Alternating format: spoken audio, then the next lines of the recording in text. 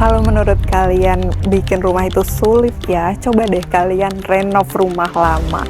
Proses bangunnya aja itu bikin penuh tantangan.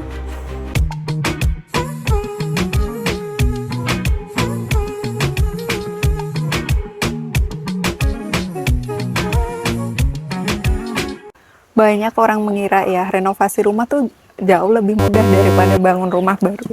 Padahal kenyataannya tuh jauh lebih rumit. Kita lihat aja ya, mulai proses pembongkaran rumah, karena bikinnya tuh harus lebih hati-hati.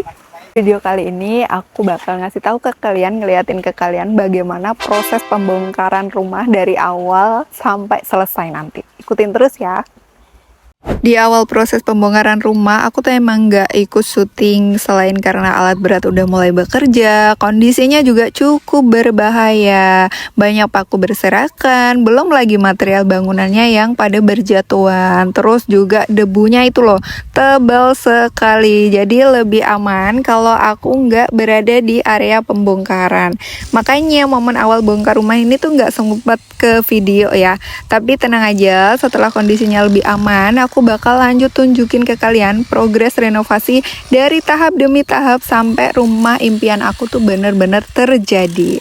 Nah, masuk ke tahap pertama, ternyata prosesnya tuh nggak sesimpel yang aku bayangin ya. Di sini tukangnya sempat bingung menentukan titik awal penyikuan bangunan. Pilihannya ada dua, mengikuti bangunan yang sudah ada di bagian depan atau mengikuti batas lahan di belakang. Jadi, kalau misalnya mengikuti bangunan depan, lahan di belakang tuh masih menyisakan ruang yang kurang maksimal gitu, tapi kalau mengikuti lahan belakang hasilnya nanti justru nggak benar-benar siku dengan bangunan depan.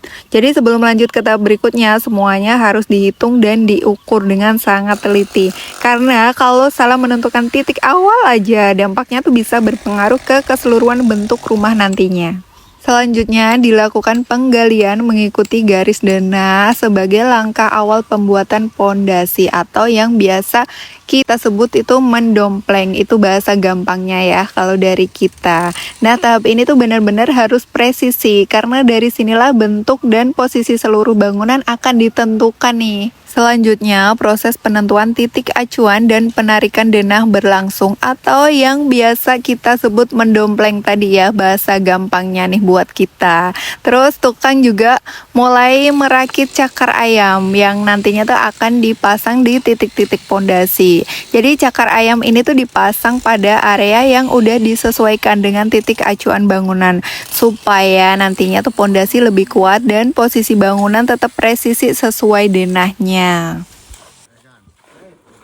Setelah proses perakitan cakar ayam selesai, besi tulangan tuh langsung dipasang di titik-titik pondasi yang udah ditentukan ya. Setelah semuanya dipastikan rapi dan sesuai posisi, barulah proses pengecoran dimulai nih. Tapi ini tuh penting karena menjadi dasar kekuatan pondasi yang nantinya akan menopang seluruh bangunan rumah. Nah, untungnya kondisi tanah di area rumah kita tuh cukup padat dan stabil.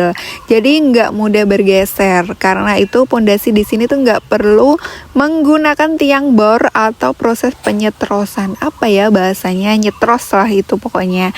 Nah, setelah disesuaikan dengan kondisi tanah dan perhitungan dari tukang, pondasi cakar ayam nih udah dinilai cukup kuat ya untuk menopang bangunan yang akan dibangun nantinya. Nah, untuk alasannya kenapa nggak nyetros di sini, karena cakar ayamnya itu udah dalam sekali ya, kurang lebih sekitar 1,5 meter sendiri.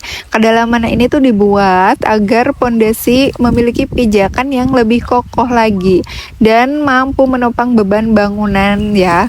Setelah semua titik selesai dicor, tinggal nunggu beton mengeras nih sebelum masuk ke tahap pembangunan berikutnya. Sambil proses pengecoran cakar ayam berlangsung, tukang yang lain tuh nggak tinggal diem aja ya. Kerjaan mereka tuh menanti selanjutnya. Dan mereka melanjutkan penyesuaian titik acuan bangunan. Kemudian menggali jalur pondasi nih sesuai denah yang udah ditentukan. Seperti itu ya. Untuk proses pengecorannya sendiri di sini masih dilakukan secara manual ya. Memang prosesnya tuh membutuhkan tenaga dan waktu lebih banyak. Tapi hasilnya tetap maksimal kalau dikerjakan dengan teliti. Setelah semua titik cakar ayam selesai dicor, pembangunan pondasi pun dimulai nih. Nah, di proyek rumah ini, pondasinya tuh menggunakan batu gunung ya, bukan batu bata lagi. Karena bentuk batu gunung tuh tidak beraturan, jadi proses pemasangannya jauh lebih rumit. Tukang harus milih batu yang ukurannya pas, lalu nyusun satu persatu agar saling mengunci dengan kuat. Selain itu, sisi kanan dan kiri pondasi juga harus tetap rata, lurus, dan sejajar mengikuti benang acuan yang udah dipasang sebelumnya. Seperti itu. Nah, tantangan lainnya nih, batu gunung ini kan nggak berada di dekat area pondasi ya. Jadi setiap kali mau dipasang, batu tuh harus diambil dulu dari tempat penumpukan di luar area kerja, lalu diangkut satu persatu ke lokasi pondasi. Proses bolak-balik ini nih yang bikin pekerjaan jadi lebih lama dan menguras tenaga. Belum lagi kalau misalnya ada batu yang bentuknya kurang pas, jadi tukang harus mencari batu lain atau menyusun ulang supaya hasil pondasinya tetap rapi dan kokoh. Jadi meskipun terlihat hanya menyusun batu ya, tahap ini tuh sebenarnya membutuhkan tenaga, ketelitian, dan waktu yang cukup panjang. Tapi semua proses ini memang penting ya agar pondasi tuh benar-benar kuat dan mampu menopang bangunan rumah dalam jangka panjang. Awalnya tuh aku berpikir ya, renovasi rumah tuh lebih mudah gitu daripada bangun rumah awal. Tapi ternyata kebalikannya jauh lebih susah. Mulai dari proses pembongkaran, terus belum lagi nanti bahan-bahan apa yang masih bisa dipakai atau instalasi yang udah rusak gitu kan.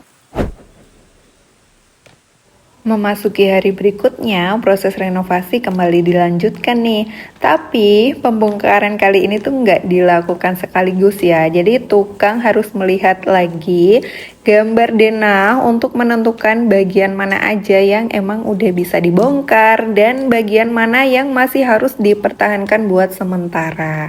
Nah, semua dilakukan bertahap ya supaya proses pembangunan tuh tetap sesuai rencana dan nggak mengganggu area yang masih digunakan sebagai acuan. Setelah titik-titik pada denah dipastikan kembali, barulah nih tukang mulai lagi bongkar dinding dan bagian bangunan yang berada tepat di jalur pondasi baru. Begitu proses pembongkaran selesai di area tersebut ya, pekerjaan langsung dilanjutkan dengan penggalian. Galian dibuat mengikuti garis denah dan benang acuan yang sebelumnya udah dipasang nih.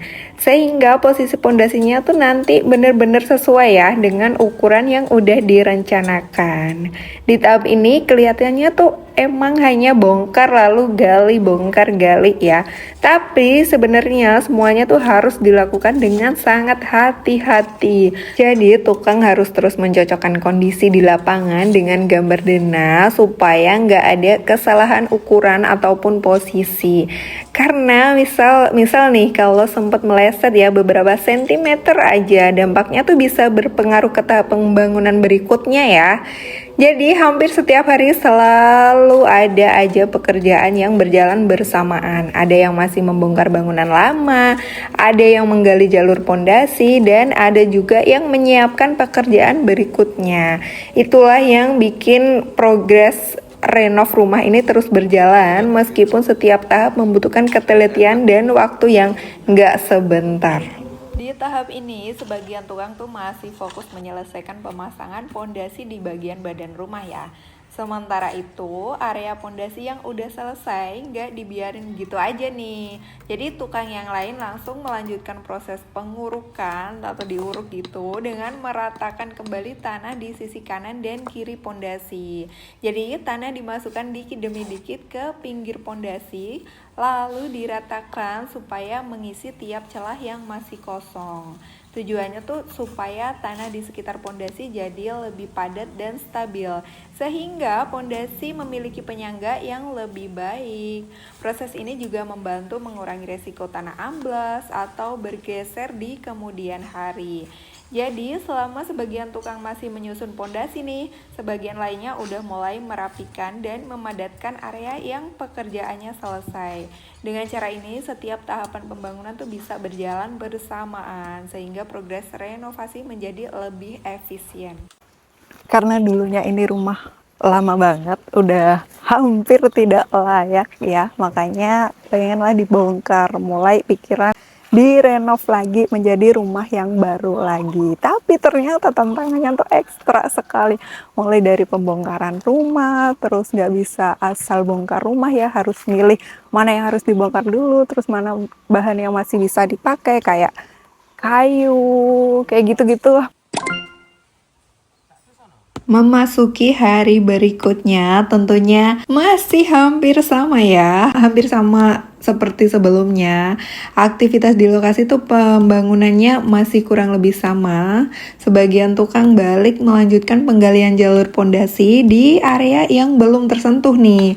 Sementara sebagian lainnya fokus menyusun pondasi batu gunung di bagian galian dan cakar ayamnya tuh udah selesai gitu. Karena luas bangunan rumah ini tuh lumayan cukup besar, jadi semua pekerjaan emang nggak bisa diselesaikan dalam 1 atau 2 hari ya. Setiap jalur pondasi tuh harus digali sesuai ukuran pada denah, lalu kedalamannya dicek kembali agar sama rata sebelum mulai dipasang. Setelah itu batu gunung disusun satu persatu ya, biar tetap lurus dan presisi.